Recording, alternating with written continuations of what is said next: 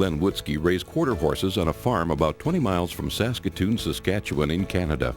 The unexpected illness and death of one of their mares left them with an orphan foal to raise. This program is a recorded documentation of their experience of raising that foal with the help of a goat. About 3 months ago, we had a situation here during the foaling season. One of our mares had what seemed like a normal foaling experience. Everything seemed to go quite good. But about 36 hours after, we noticed that the mare was showing some signs of colic. We called our vet out to see if he could see what was wrong as a precaution, but in between the time of us actually calling him and the time of him arriving, which was not too long, she started to rapidly go downhill and was laying down, getting up, and showing all those types of signs. When he arrived here and started giving her medication and seeing what he could do for her, she went down at such a rapid pace through, at that time, of course, undetermined internal complications, that we ended up euthanizing her. So immediately, of course, we're faced with the dilemma of raising an orphan foal. Having gone through this the year before, of course, we knew that a milk replacer for the foal was the very first thing we had to do, since the foals have to be fed every 2 to 2.5 hours at first. Having gone through the surrogate mother and all the problems that brought with us last year with the surrogate mare, we decided to keep the foal on the farm this year, and we purchased a goat, and with the assistance of the goat we went on our way of raising this foal.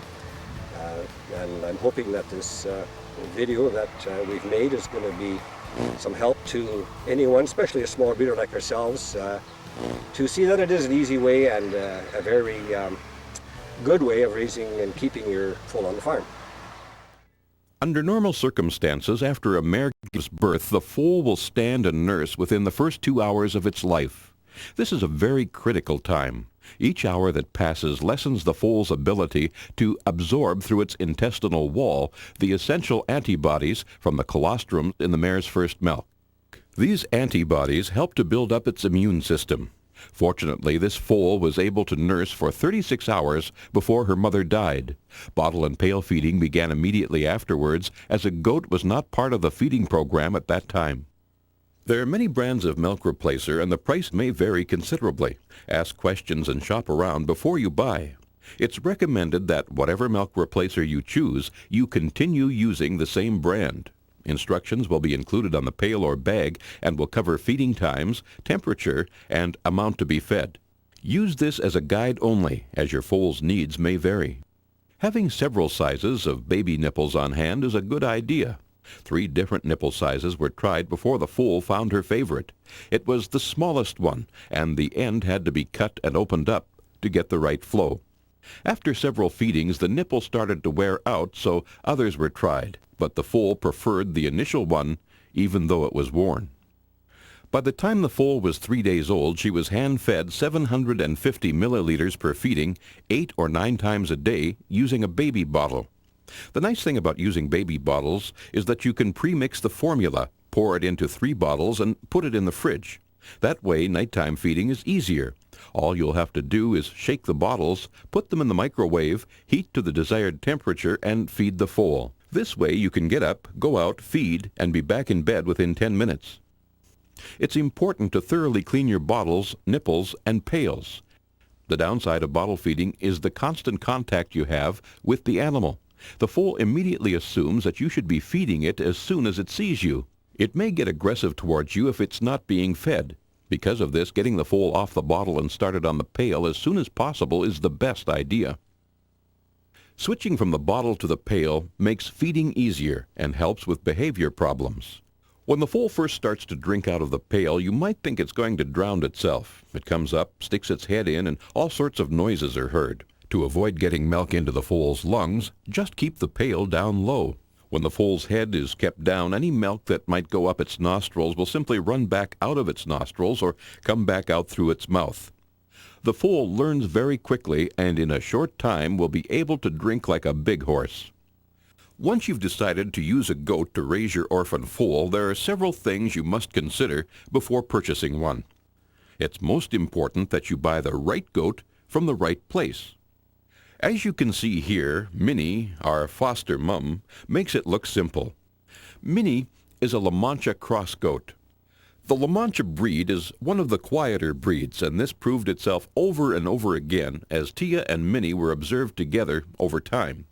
The La Mancha breed is also known for its milk-producing ability. When Minnie was first brought to the Woodsky farm, she needed to be hand-milked twice a day. Minnie would produce a half a U.S. gallon of milk each morning and night.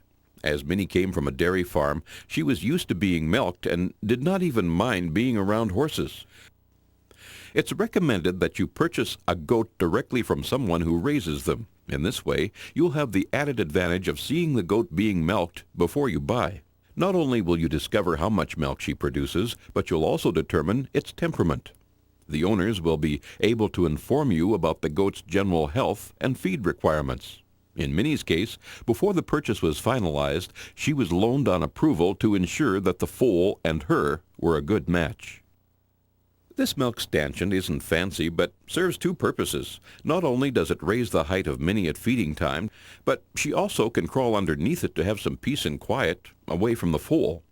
That's important because the foal quickly realizes that there's food at its disposal and will get aggressive with the goat. After Minnie was transported to her new home, she was put into a stall with the foal, and the two of them were left alone. The orphan foal enjoyed the companionship, and they got along right from the start. Minnie was hand-milked 3 times, but by the 4th milking, the foal became curious and with some guidance began to nurse. As the goat was milked, the foal would come over and lick the edge of the pail. To get the foal to nurse, the pail was lifted up so the brim was behind the outside teat. The foal then followed the rim to the teat and nursing began. Because Minnie's teats pointed outward, the foal had a hard time discovering the farthest one. By lifting up the closest teat, the foal discovered that there were 2.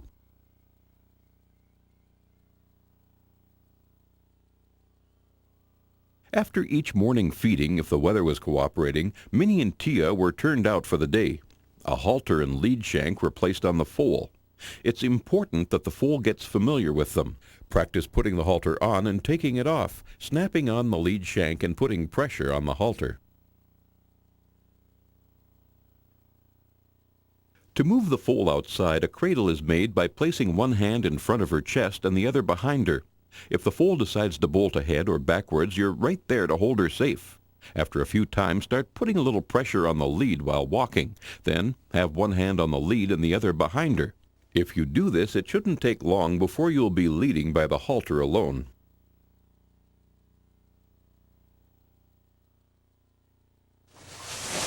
So the first thing we want to do, and who we have today, Kim Ward from the Martinville Veterinary Clinic. And we're going to examine this little duck. She had some troubles a week ago, and we're very alert to troubles when she's not got a mother, and she's sucking off Millie's udder here. Millie, who is not as happy about this as I would expect sometimes. So we're going to be alert to anything that's a little abnormal. So Glenn, I'm just going to go behind you here. Sure. I'll take her temperature and not yours. Oh, that's a good little girl. There's a good baby. Oh. What's happening? So on the here? babies, Kim, like what is a normal temperature for them? Well, I don't like them much over 37, 37 and a half. If they're under some stress and they're jiggling around, it'll go up to 38. And that's not a bad temperature. But when we start getting 38 and a half, 39, 40 degrees, we know there's something amiss. It also varies as the day goes by. When they're very active in the middle of the day, it's higher, but at 4 in the morning, it's quite low. Oh, is that right? Yeah. And compared to like an adult horse? Well, an adult horse is often, depends. The mother, when they're milking, is producing quite a bit of milk, and this increases their metabolism, so their temperature goes up. Oh, is that so right? we can't even compare to the mother. Oh. But, you know, a gelding out there just standing around, I would expect about the same, 37 and a half, something like that.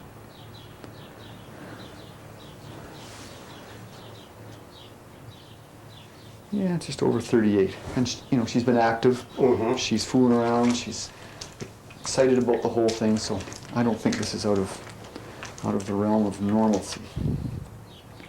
So you've been seeing her pass Let's turn her around normal again. urine? Try to get her. Yeah, that part she's been good. Yeah, Yeah. as far as all that goes, she's been. Okay.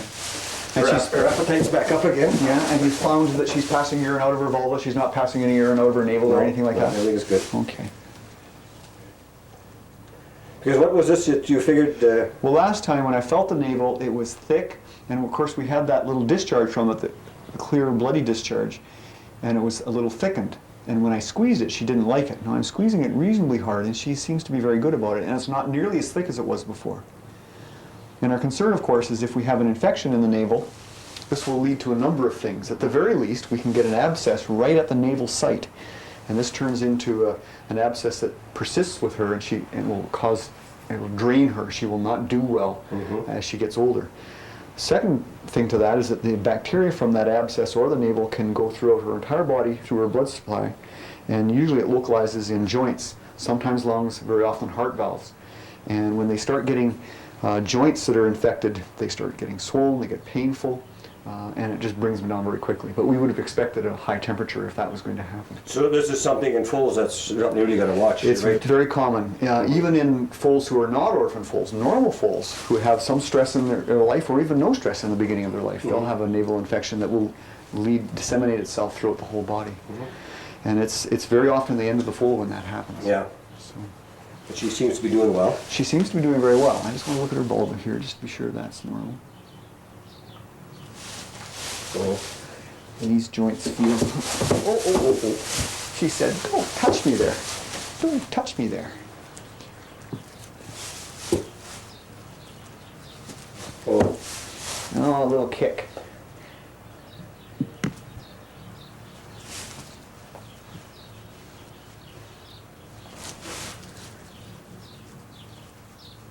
And they're not swollen, they're not hot.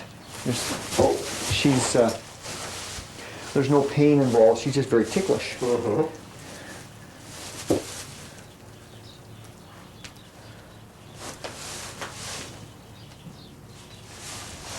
Oh what? Oh what? What are you doing?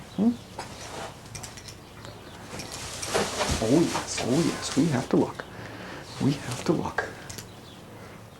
We look at the color of the lips and it's just nice and pink. When we press it, it turns back pink right away. So that's good. So any coughing or sneezing? No, well, she'll have a little bit if she's outside, playing in the dust a bit. In the dust, yeah. Nothing that. Nothing in here? There you go, very well. Okay. And this is her manure here, is it? Yeah. And that's pretty well consistent with what she's been passing all along? Well, it's got a little darker now that she's starting to go on feed. On feed, But, but the texture of it, Yeah. Yeah. And she's interested in eating? yeah. And outside she's interested in pasturage as grass, well? yeah. Because she's a month old right now. Yeah. It's so hard to tell. When they go outside or they start eating feed or they start eating dirt or they start eating the mare's manure, it changes the consistency of their own manure, and you don't know if this is the beginning of a big diarrhea problem or if it's just, well, I ate something odd and now it's percolating through. And in her case, again, we're so nervous about her beginnings, we're going to be aware of everything. Well, I'm quite pleased with her. I think she should come along rather nicely. In fact, I think we can see her ribs less than last time. Yeah. And look at this back end. It's gone up 2 inches, I'll bet. Yeah, she's way off balance here now. Yeah. She was. Yeah. No, she seems fine, but it's. Best So, to because the know. last time we did the blood test, you Well, were there was- a little concerned about the. in concert with the swollen navel, and we had some evidence of inflammation on the last blood.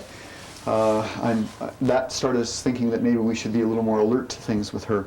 We took the full IgG levels, which tells us that her antibody levels were quite high, so that she had gotten lots of colostrum in her first day of life. So that was nothing to be concerned about. But the white blood cells were showing some signs of inflammation.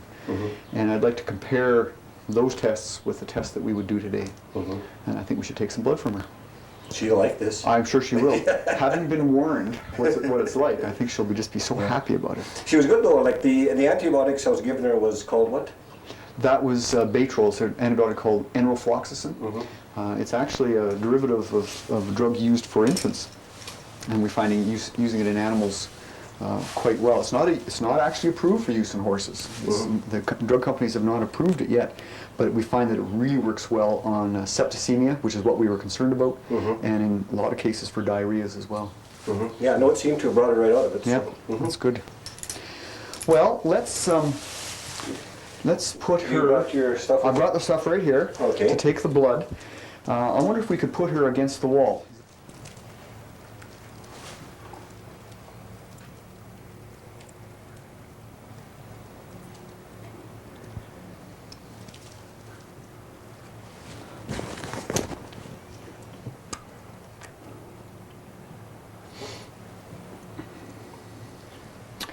Sometimes when they get excited, their blood pressure goes up and they fill the tube so nicely.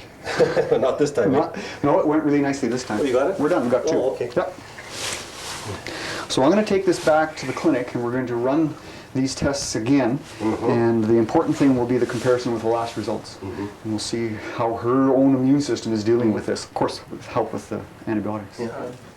Well, Minnie is pretty patient to take that sort of punishment, isn't she? Oh yeah, she's getting pretty aggressive with her. So overall, like having the goat's milk into the baby compared to say her mother's milk, the comparison of the two milks. Well, the milk of the goat is the closest to mare's milk in as far as fat and sugars is concerned. We try to mimic milks for foals with milk replacers that are commercially made, but maybe we're not quite as good as Minnie here is. Of course, cow's milk is the most distant, and we often find that people who try to raise up orphan foals on cow's milk have nothing but problems with diarrhea, variable colics, pain in the abdomen due to bubbles of gas that go through. And the milk replacers, as good as they are, they're certainly better than nothing. We'll often find diarrheas developing from those, changes especially, or changes in frequency or consistency of the milk. So it's certainly not as good as mom, but boy, it's a pretty close second. Not only from the physical angle, but also the mental and social aspects of it. She's learning about other four-legged creatures. She's not learning that you're mother, which is important, and it's a real plus. Yeah, that has turned out to be because it didn't take her very many days, about 12 days, and she was herding Millie up here to start sucking from her, and now if they're not together, she starts calling for it. So what do you think Millie thinks of this? Well, she seems to not mind it too bad. No. And the nice thing, of course, is that she looks after all night long. Yeah. We can go to bed now at 11 o'clock and With some confidence. and watching her on camera, we can see how many times actually she will chase her up here and suck it. Yeah, and she's got both sides going at the same time. Yeah. Well, thanks very much, Kim. Well, you're welcome. Appreciate it, and we'll see how Thanks. those tests turn out. Yeah, I'll phone you back with these results and we'll compare them to the last time. You bet. Okay.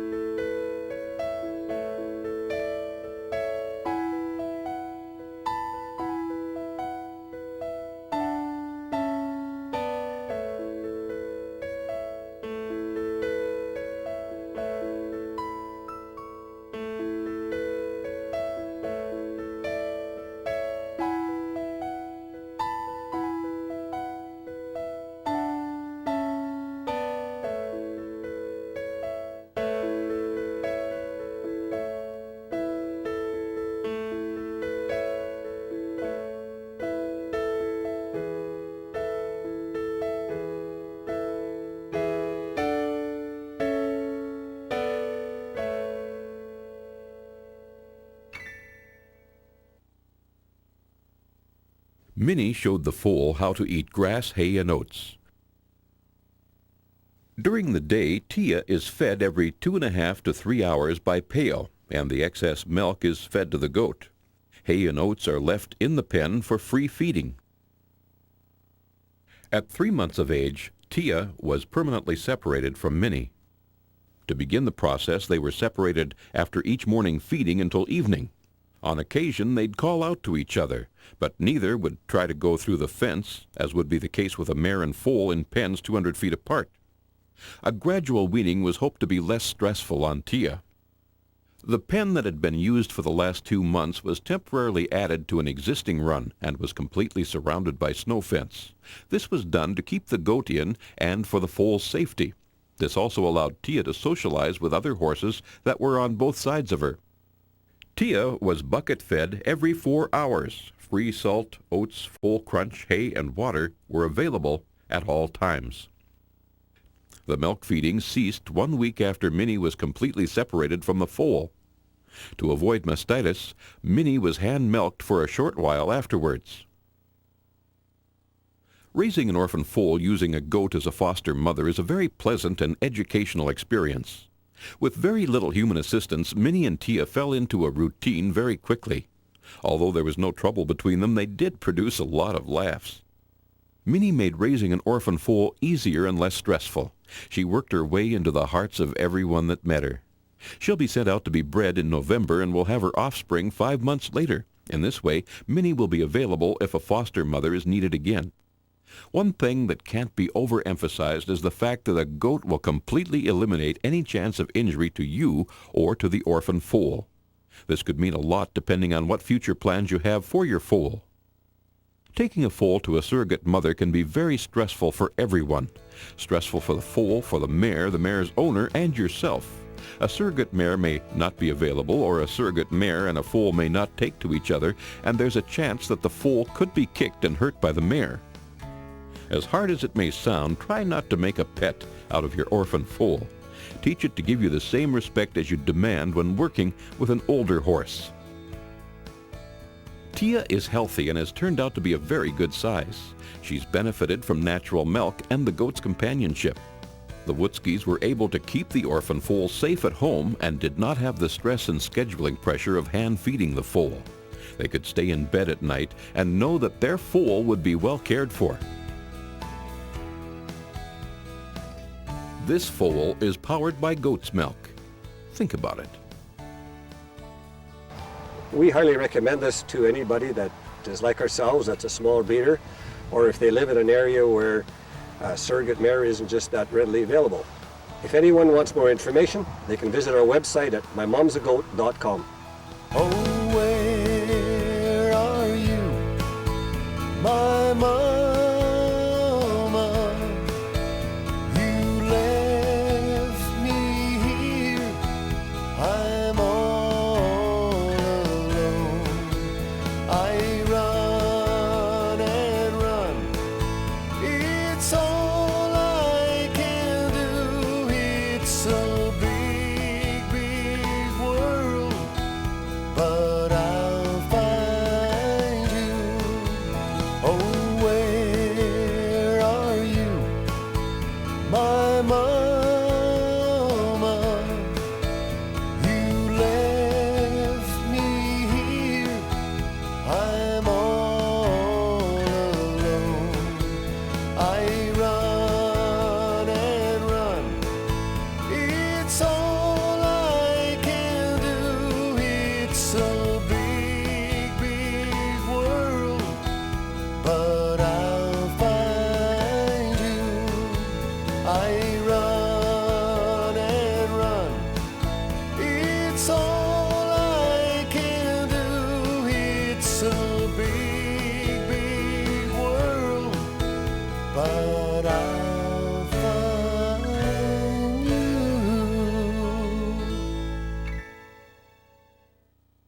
For more information on this subject or to order other related products, please see mymomsagoat.com.